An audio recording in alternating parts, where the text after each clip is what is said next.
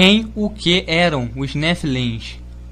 Os Nefilins, ou gigantes, eram os filhos do relacionamento sexual entre os filhos de Deus e as filhas dos homens, em Gênesis 6, do 1 ao 4. Vejamos. E aconteceu que, como os homens começaram a multiplicar-se sobre a face da terra, eles nasceram filhas. Viram os filhos de Deus que as filhas dos homens eram formosas e tomaram para si mulheres de todas as que escolheram. Então disse o Senhor: não contenderá o meu espírito para sempre com o homem, porque ele também é carne, porém os seus dias serão 120 anos. Havia naqueles dias gigantes na terra, e também depois, quando os filhos de Deus entraram as filhas dos homens, e delas geraram filhos. Estes eram os valentes que houve na antiguidade, os homens de fama. Há muito debate quanto à identidade dos filhos de Deus.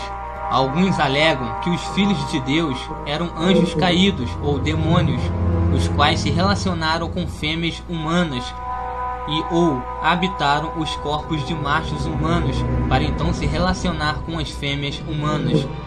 Essa união deu origem a filhos, os Nefilins, os quais eram os valentes que houve na antiguidade, os homens de fama. Gênesis 6:4. Por que os demônios fariam tal coisa? A Bíblia não nos dá uma resposta específica. Os demônios são perversos, seres imperfeitos, por isso nada que façam deve nos surpreender. Quanto a uma motivação distinta, a melhor especulação é que os demônios estavam tentando poluir a linha sanguínea humana para prevenir que o Messias viesse, em Gênesis 3:15. E porei inimizade entre ti e a mulher, e entre a tua semente e a sua semente. Esta te ferirá a cabeça, e tu lhe ferirás o calcanhar. O qual iria ferir a cabeça da serpente, Satanás. Então os demônios estavam provavelmente tentando atrapalhar que isso acontecesse, por poluir a linha sanguínea humana, tornando impossível que um Messias sem pecado nascesse. Novamente, essa não é uma resposta bíblica específica, mas é plausível e não contradiz nada do que a Bíblia ensina. O que eram os Nefilins? De acordo com as lendas hebraicas, o livro de Enoque e outros livros não bíblicos, eles eram uma raça de gigantes e super-heróis que fizeram atos de maldade. Seu grande tamanho e poder provavelmente vieram de uma mistura de DNA demoníaco e genética humana. Tudo o que a Bíblia diz diretamente sobre eles é que eles eram os valentes que houve na antiguidade, os homens de fama. Os Nefilins não eram alienígenas, mas sim seres físicos e reais, produzidos da união entre os filhos de Deus e as filhas do homem. O que aconteceu com os Nefilins?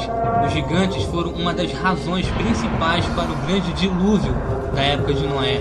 Logo depois que os gigantes são mencionados, a palavra de Deus nos diz: e viu o Senhor que a maldade do homem se multiplicara sobre a terra, e que toda a imaginação dos pensamentos de seu coração era só má continuamente.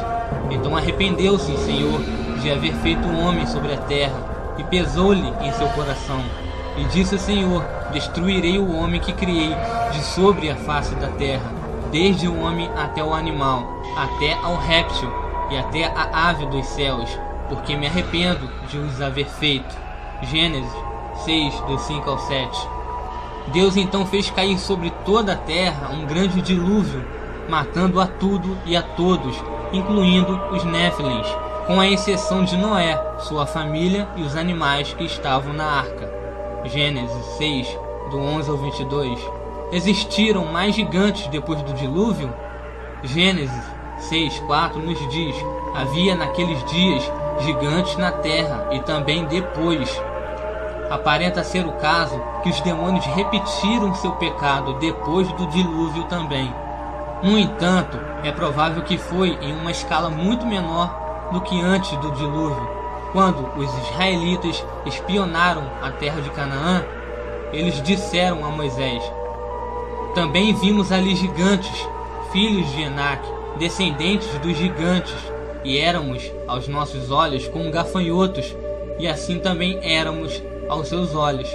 No entanto, essa passagem não diz especificamente que eram os Nefilins de quem estavam falando, apenas que os espiões achavam que tinham visto Nefilins.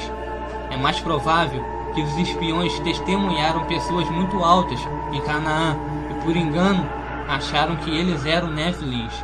Ou talvez seja possível que depois do dilúvio os demônios se relacionaram novamente com fêmeas humanas, produzindo mais Nefilins.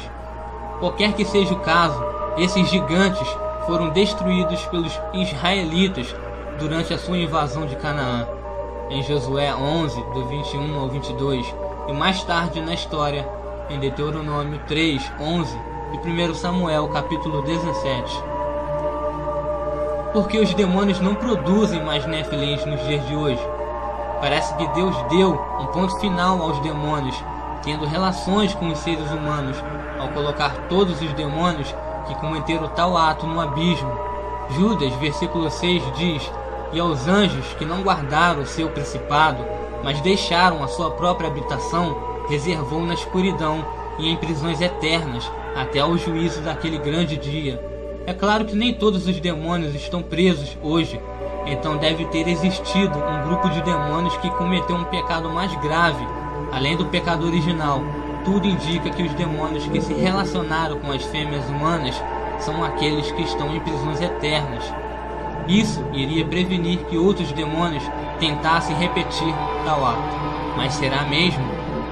Um crente não deve se preocupar com essas coisas, é apenas conhecimento. Devemos manter o foco de fazer o trabalho de Deus aqui na Terra. E aí, gostou do vídeo? Deixe um like que fortalece muito o canal. Faça um convite a você a visitar o canal Viajante Zero. Há outros vídeos que você pode gostar. E se você gostar, se inscreva. Ative o sininho para notificações de novos vídeos. Muito obrigado pela sua visualização e tchau!